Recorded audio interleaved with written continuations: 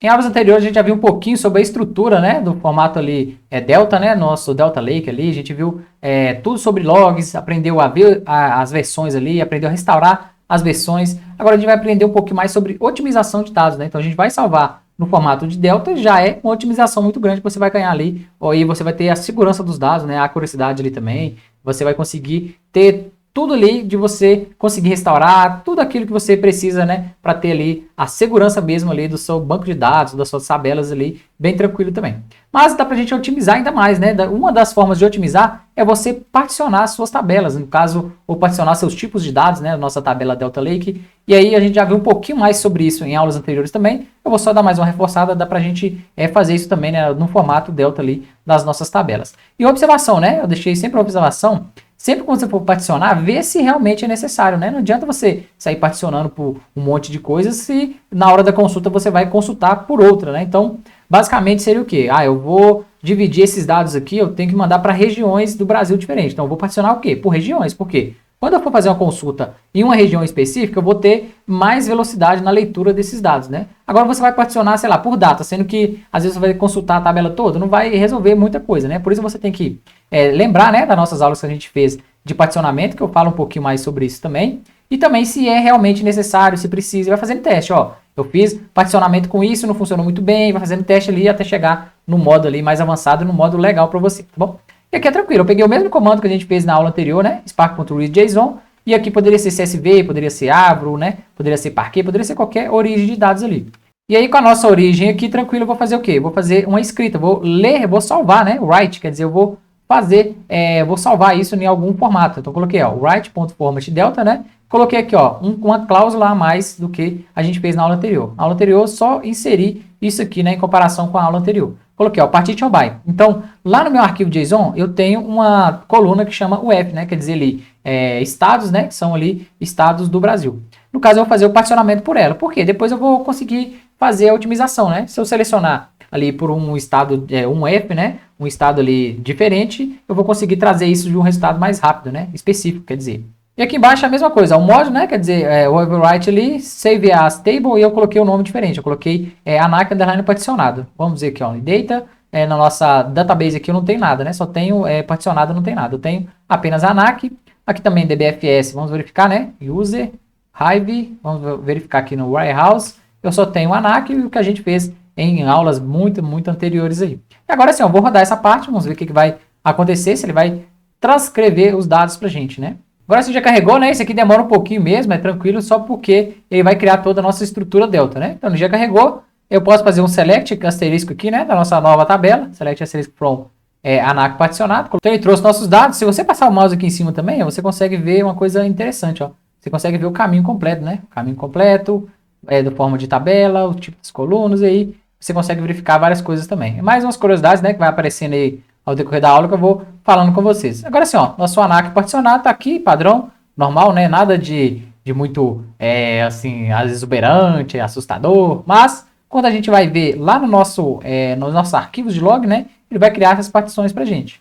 Então, vou vir aqui, ele tem no database, né? Aqui no database, default, ele tem nossa nova tabela criada, ANAC underline particionado.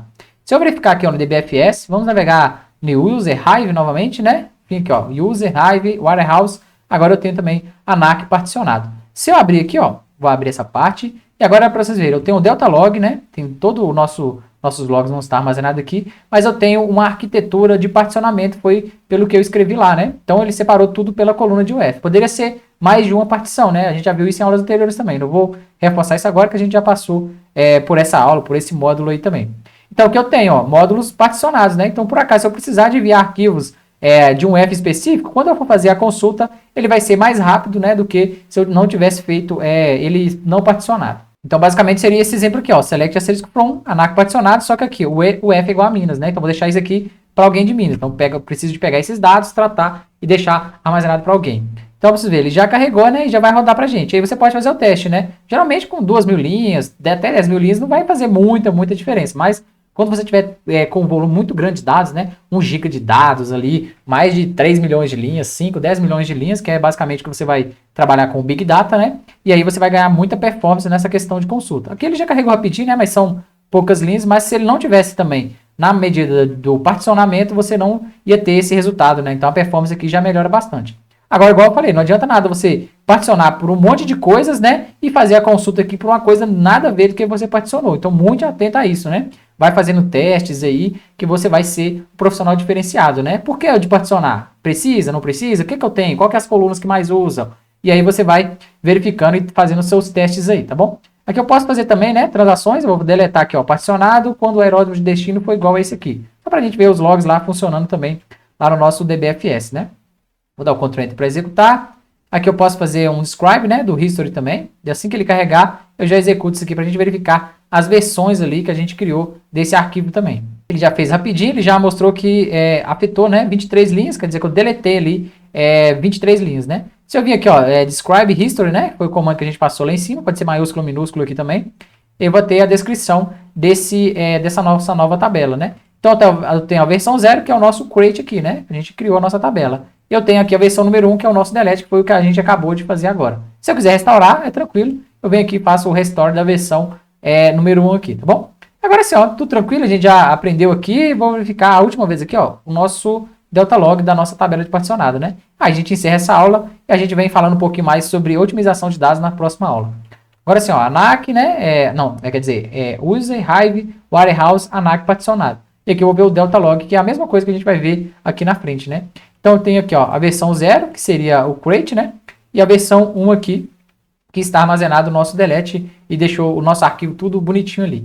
Agora sim, ó, a gente já teve uma noção básica, agora sim, a gente está começando a refinar mais, já não vai ficar tão confuso da praticidade, né, e da usabilidade ali da nossa tabela delta. Agora sim você vai conseguir ter aquela referência, né? Deixa eu ver aqui, ó, o Lake House. Bom, vou pegar aqui, ó, só para a gente verificar. Agora sim, ó, com mais algumas aulas você já conseguiu entender o que eu quis dizer na aula anterior, que eu falei referente a isso, né? Então a diferença para o nosso Data Lake, para o nosso Delta Lake, né? É porque no Data Lake, quer dizer, esse desenho que você está vendo agora, eu tenho aqui a origem, e se eu fiz cagada aqui no ETL, já era. Eu tenho que fazer o quê? Eu tenho que vir aqui e reprocessar a nossa origem para mim restaurar os dados, né? Então se eu fiz um delete aqui, eu não consigo reverter ele no Data Lake, a não ser se eu reprocessar a base. E no Delta Lake, e aí já é tranquilo, né? A gente já consegue fazer tudo aqui no nosso CTL sem precisar de recarregar a nossa origem aqui. Então eu consigo aqui ver versões, eu consigo ali restaurar as nossas versões, né? Se eu não gostei, eu consigo restaurar e restaurar quantas versões eu quiser. E aí bem tranquilo, sem precisar de eu recarregar a base, né? Isso é muito importante porque você economiza recurso, né? Então toda vez quando você, principalmente quando está trabalhando ali,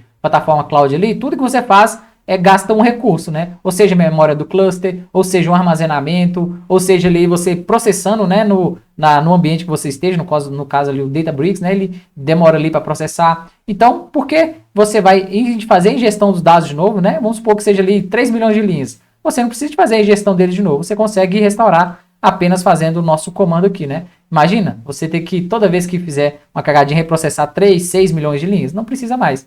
Usando a arquitetura, né, que a gente aprendeu um pouquinho sobre ela, é a arquitetura Delta Lake. Então, já começa, já fixe isso aí na sua mente, o que você puder otimizar, né, para o formato Delta, você usa isso aí que vai ser muito bom aí para a sua didática, né, o seu dia a dia, o seu profissional aí. Nas próximas aulas, né, eu vou deixar aqui, então vamos falar um pouquinho mais, né, na próxima aula sobre a otimização de consulta, ou da otimização dos nossos dados ali. Já tem a documentação, depois a gente vai destrinchar ela também, né? Como que a gente vai fazer isso em SQL, em Python. Então, você vai aprender também não só a tratar os dados, igual eu falei com vocês, mas você vai aprender a fazer de uma forma otimizada e segura, né? Então, você vai ser ali um analista completo, não só pegar e tratar os dados, você vai fazer com responsabilidade, com segurança, pensando ali nos gastos dos dados, né? Você vai conseguir, eu consigo ali otimizar recurso, né? Sempre quando eu falo recurso, é máquina ou armazenamento, né? E isso, máquina e armazenamento, custa o quê? Custa dinheiro. Então, sempre quando você está economizando recurso nas suas otimizações de consulta, você está economizando grana para a empresa, né? Então, para o seu próprio projeto pessoal aí. Então, um abraço aí e até as próximas aulas.